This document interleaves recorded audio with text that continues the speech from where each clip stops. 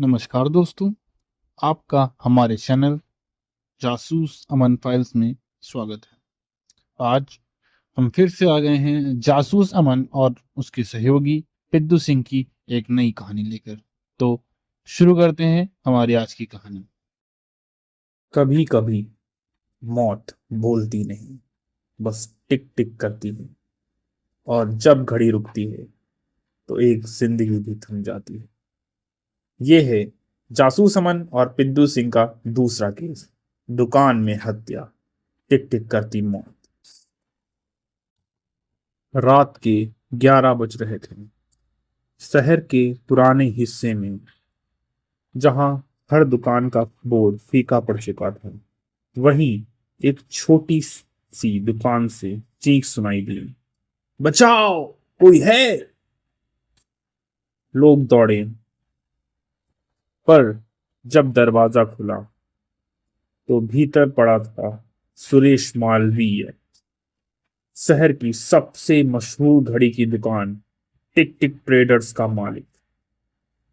उसके सीने में घड़ी की टूटी सुई धसी हुई थी। घड़ी चलना बंद हो चुकी थी और शायद उसकी जिंदगी भी।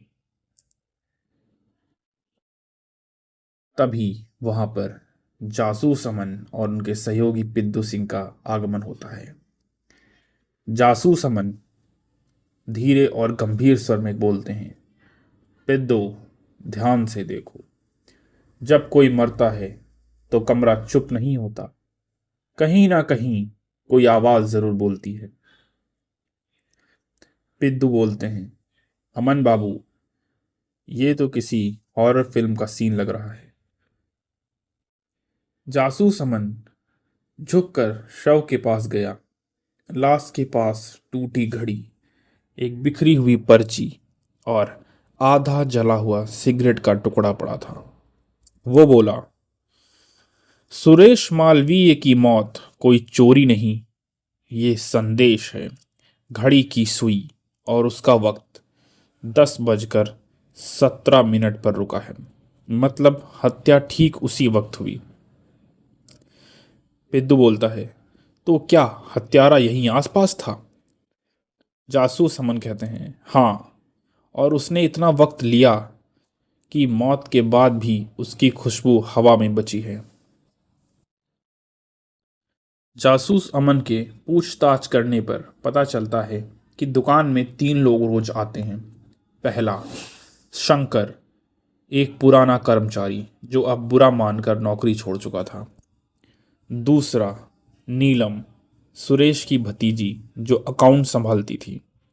और तीसरा, रमेश, पड़ोसी दुकानदार जो हमेशा उसके बिजनेस से जलता था।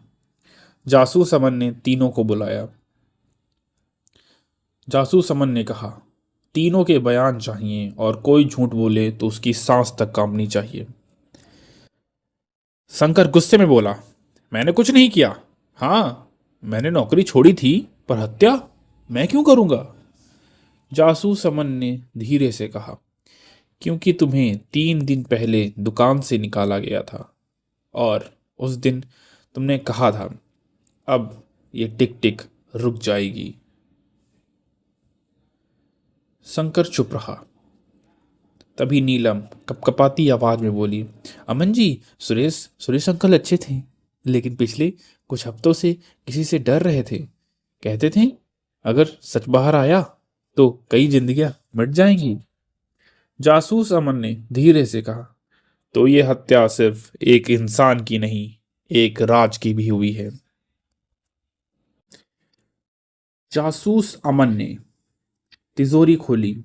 अंदर सिर्फ एक पुरानी नोटबुक थी, जिसके हर पन्ने पर लिखा था, 11 साल का हिसाब, नामों के साथ। जासूस अमन बोला, यह हत्या पैसे की नहीं, ब्लैकमेल के लिए की गई है। तभी पिद्दू बोला, मतलब कोई उसे ब्लैकमेल कर रहा था? जासूस अमन ने कहा, या फिर वह खुद किसी को ब्लैकमेल कर रहा था। जासूस अमन को शव के नीचे एक टूटी घड़ी की सुई और एक लाल धागा मिला।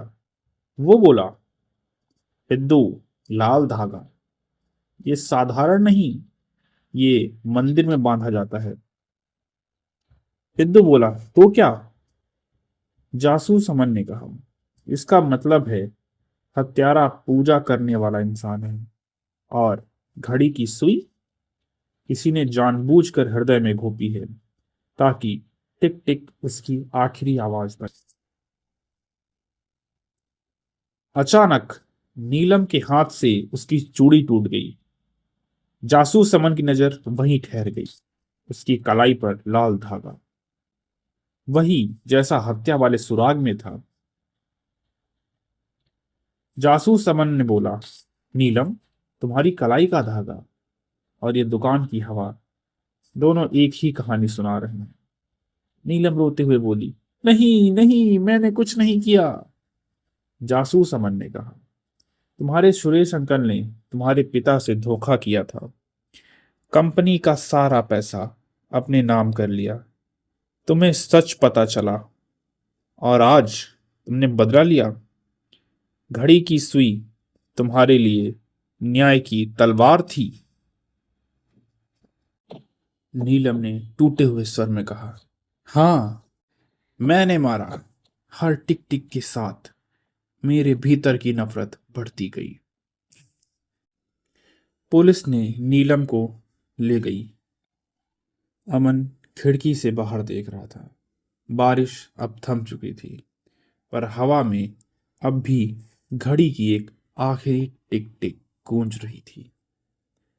जासूस अमन ने धीरे से कहा, हर केस में सिर्फ हत्यारा नहीं मरता, कभी कभी इंसानियत भी मरती है। इस तरह जासूस अमन और पिद्दू सिंह का दूसरा केस खत्म हुआ, पर हर हत्या एक कहानी छोड़ जाती है और हर कहानी एक नया सुराग।